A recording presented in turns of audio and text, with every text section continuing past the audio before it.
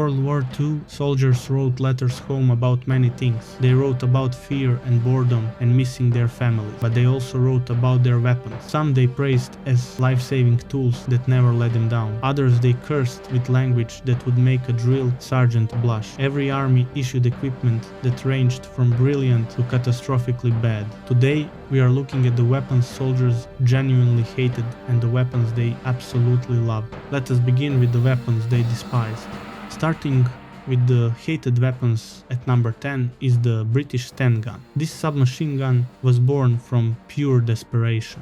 After Dunkirk in 1940, Britain had lost most of its military equipment and faced a potential German invasion. The country needed submachine guns fast and cheap. The Sten delivered on both counts. It cost roughly £2 to manufacture and could be assembled by virtually any factory. The problem was everything else about it. The single-column magazine was notoriously unreliable and caused constant jamming. The crude stamped metal construction meant tolerances varied wildly between guns. Soldiers reported Stens that fired when dropped and others that refused to fire at all. The horizontal magazine caught on everything and unbalanced the weapon. British paratroopers at Arnhem cursed their Stens when they jammed during house-to-house fighting. Many soldiers preferred captured German MP40s over their own issue Stens.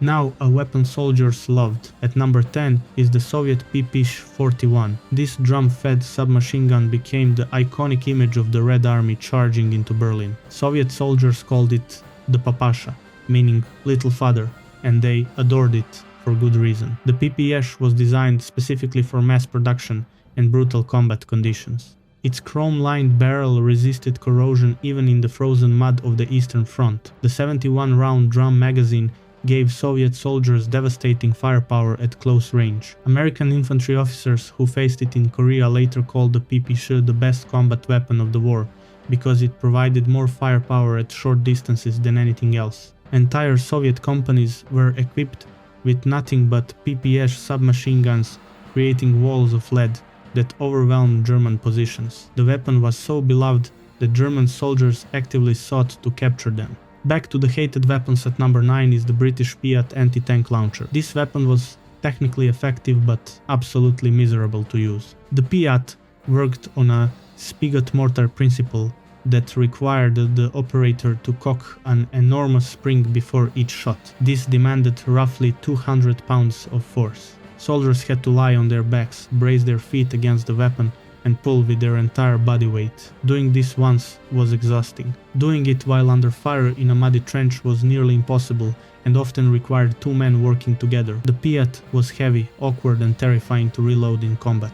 British soldiers gave it grudging respect because it could destroy any tank if you hit it, but they cursed the cocking mechanism with genuine hatred. One soldier who won the Victoria Cross for destroying 2 Tiger tanks with a PIAT reportedly received the medal as much for firing the thing from the hip as for killing the tanks. A weapon soldiers loved at number 9 is the American Thompson submachine gun. The Tommy gun arrived in World War II with a gangster reputation from the Prohibition era but quickly earned respect as a serious combat weapon. Soldiers loved its incredible reliability and devastating 45 caliber stopping power. The Thompson was beautifully balanced and could be fired accurately from the shoulder with very little recoil. American paratroopers and rangers considered it the finest close combat weapon in the war. Marines fighting in Pacific jungles treasured their Thompsons for clearing Japanese bunkers. The weapon had only 2 real drawbacks. It was heavy at nearly 11 pounds loaded and expensive to manufacture, but the soldiers who carried Thompsons considered those acceptable trade-offs for a weapon that never failed them in combat. Many units fought to keep their Thompsons, even when issued supposedly superior replacements. Hated weapon number 8 is the Japanese Type 94 Nambu pistol. Military historians often debate which weapon was worst in World War II, but there is near universal agreement that this pistol deserves serious consideration for the title. The Type 94 was designed to be compact for tank crews and pilots, but suffered from catastrophic engineering flaws. The most infamous was an exposed sear bar on the outside of the frame. If this bar was bumped, pressed, or simply knocked against equipment, the pistol would fire without anyone touching the trigger. Japanese soldiers shot themselves while holstering their sidearms. The weapon could discharge simply by being placed on an uneven surface. American GIs called it the suicide gun and initially assumed the design flaw was intentional to allow ambushes while feigning surrender. The truth was simply incompetent design combined with terrible manufacturing quality. The weak 8mm cartridge could not reliably stop an enemy even when the gun worked as intended. A beloved weapon at number 8 is the German MG42 machine gun. Allied soldiers had a complicated relationship with this weapon. They absolutely feared and respected it, but German machine gunners genuinely loved it. The MG42 fired 1200 rounds per minute so fast that individual shots blended into a continuous ripping sound. American soldiers called it Hitler's buzzsaw, and the sound of it became synonymous with German defensive positions. German infantry doctrine built entire squad tactics around the MG42. Riflemen existed primarily to support and protect the machine gunner who provided the real killing power. The weapon was remarkably reliable and could be serviced easily in the field with barrel changes taking just seconds. Allied soldiers who captured MG42s often tried to keep them despite ammunition supply problems. The design was so effective that modified versions remain in military service today. Hated weapon number 7 is the American M3 grease gun. This submachine gun was designed to replace the expensive Thompson with something cheaper and faster to produce. The result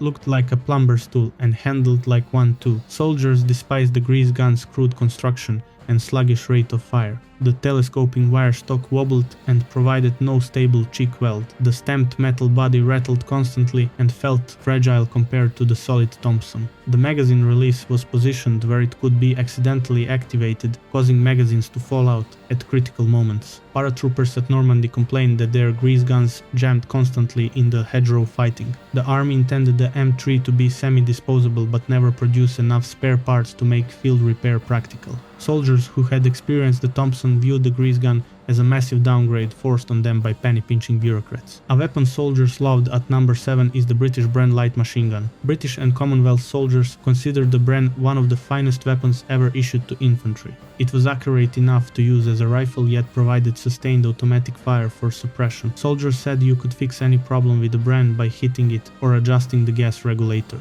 The curved top-mounted magazine allowed the gunner to stay lower when firing prone. The Bren was legendarily reliable in every climate, from North African deserts to Burmese jungles. Each British infantry section centered its firepower around the Bren gun, with riflemen supporting the gunner. The weapon was simple enough that soldiers could field, strip, and clean it in minutes. Unlike the American bar, which overheated quickly, the Bren had a quick-change barrel for sustained fire. British soldiers trusted their Brens completely, which was the highest compliment any weapon could receive. Hated weapon number 6 is the Italian Breda Model 30 light machine gun. Italian soldiers suffered with some of the worst automatic weapons of the entire war, and the Breda 30 was a prime example. This light machine gun required every cartridge to be lubricated before firing to prevent the cases from sticking in the chamber. Soldiers had to carry oiling equipment and apply lubricant to ammunition in the field.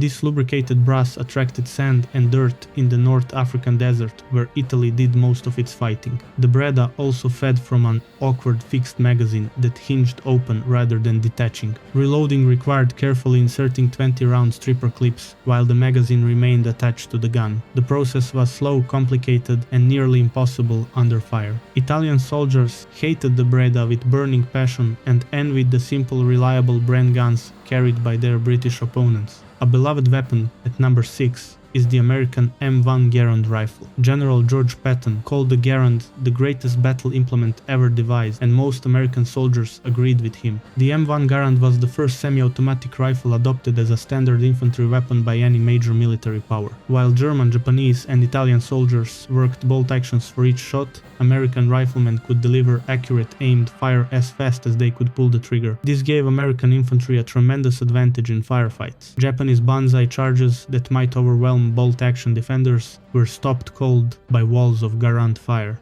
The rifle was robust, accurate, and reliable in every climate. Soldiers trusted it completely. The only common complaint was the distinctive ping sound when the empty clip ejected, which supposedly alerted enemies that the rifle was empty. Veterans dismissed this as a myth, since no one could hear a ping during actual combat. Hated weapon number 5 is the Boy's anti-tank rifle. This massive British weapon was obsolete before the war even began, but soldiers were forced to carry it anyway. The Boys fired a 55 caliber armor-piercing round from a bolt-action rifle that weighed 36 pounds unloaded. The brutal recoil earned it the nickname Charlie the Bastard among troops. Soldiers reported shoulder injuries and loose teeth from firing it. The anti-tank round that caused all this punishment could barely penetrate light armored vehicles by 1940 and was completely useless against medium or heavy tanks. British soldiers were effectively carrying a crippling weight that could not accomplish its primary mission. Units in North Africa tried to use the boys against trucks and thin-skinned vehicles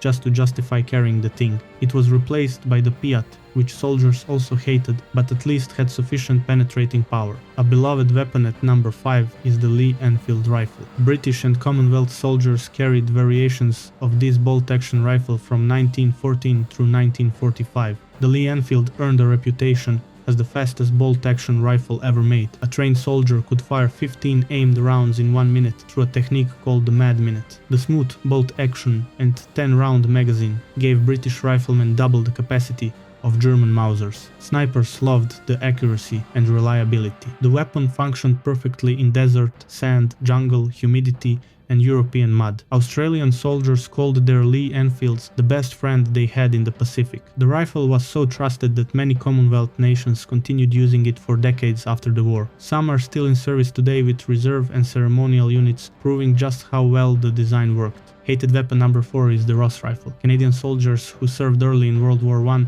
were issued this disaster of a weapon, and survivors who returned for World War II made sure everyone knew how much they hated it. The Ross was beautifully made and extremely accurate under target range conditions. On an actual battlefield, it was catastrophic. The bolt could be reassembled incorrectly after cleaning, which caused it to blow back into the shooter's face when fired. The tight tolerances that made it accurate also caused it to jam constantly in muddy trenches. Canadian soldiers at Ypres threw away their Ross rifles and picked up Lee-Enfields from fallen British soldiers. The experience was so traumatic that Canadian military procurement remained deeply skeptical of fancy designs for generations afterward. The Ross remains a cautionary tale about weapons that work on paper but fail in combat. A beloved weapon at number 4 is the Karabiner 98K. German soldiers trusted their Mauser rifles completely, and with good reason. The K98K was superbly engineered, with a smooth, reliable bolt action that functioned perfectly in any conditions. The controlled round feed system practically eliminated jamming.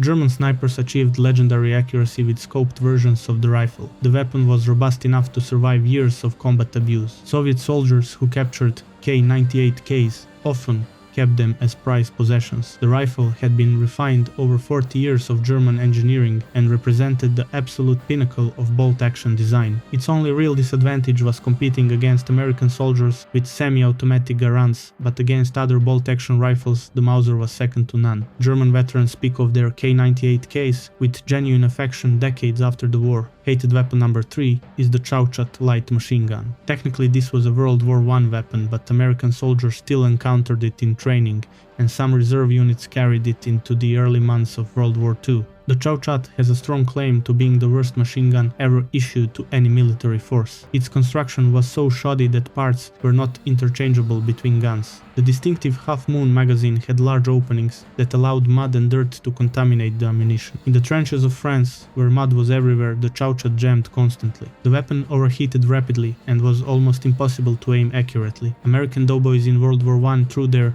Chauchats away, and French soldiers traded them for goods they actually wanted. The Chauchat poisoned American military thinking about foreign weapons for a generation. A beloved weapon at number 3 is the Browning M1919 machine gun. American soldiers called it Ma Deuce's little brother and trusted it to provide sustained firepower in any situation. The M1919 was based on John Browning's genius water-cooled design, but used air cooling for mobility. It was mounted on vehicles, used as an infantry support weapon, and placed in defensive positions across every theater. The weapon rarely jammed and could sustain fire for extended periods without overheating. Its 30 caliber round provided excellent range and penetrating power. Soldiers loved how simple it was to maintain and how reliably it functioned in mud, sand and snow. The M1919 evolved from World War I designs that had already proven themselves in combat, giving soldiers well-earned confidence. Versions of this weapon remained in American service for decades after the war. Hated weapon number 2 is the Liberator pistol. American planners designed this single-shot 45 caliber pistol to arm resistance fighters behind enemy lines. The concept was that a partisan would sneak up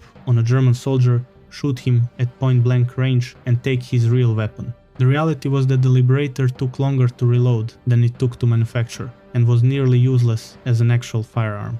It had no accuracy beyond a few feet and was made from stamped sheet metal that could barely survive a single firing. Soldiers who saw Liberators laughed at them or used them as paperweights. The psychological warfare value of making German occupation troops paranoid about every civilian was supposed to justify the design, but most Liberators were never distributed as intended. American generals, including Eisenhower and MacArthur, considered the entire project a waste of resources, and most of the 1 million produced were eventually dumped in the ocean. And finally, the weapon soldiers loved most at number 2 is the Colt M1911 pistol. American soldiers carried this 45 caliber semi-automatic pistol for 34 years before World War II began and continued carrying it until 1985. They loved it because it worked. The M1911 had incredible stopping power that ended fights with one well-placed shot. The design was simple enough that any soldier could maintain it and robust enough to survive years of combat abuse.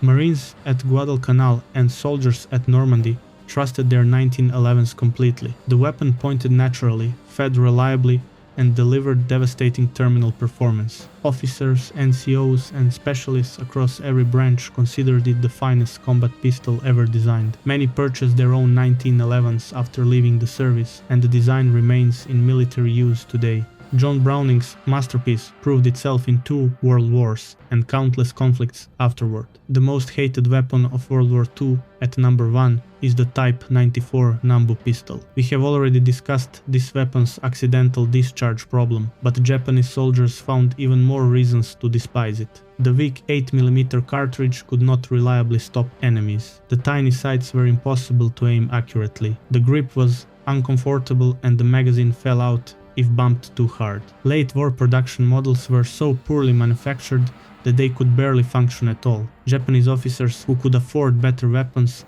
bought them immediately. Those stuck with Type 94s carried them only because regulations required a sidearm. American GIs who captured them kept them only as curiosities, not as functional weapons. The Type 94 represents everything that can go wrong with military procurement, rushed production, and incompetent design combined into one small ugly package. That concludes our ranking of the weapons soldiers hated and loved in World War II. From the catastrophically dangerous Type 94 to the legendary M1 Garand, these tools shaped the daily reality of combat for millions of men. If you want to see more stories about the weapons and equipment that decided history, make sure to subscribe. Let us know in the comments which weapon you would have wanted to carry and which one you would have thrown away at the first opportunity.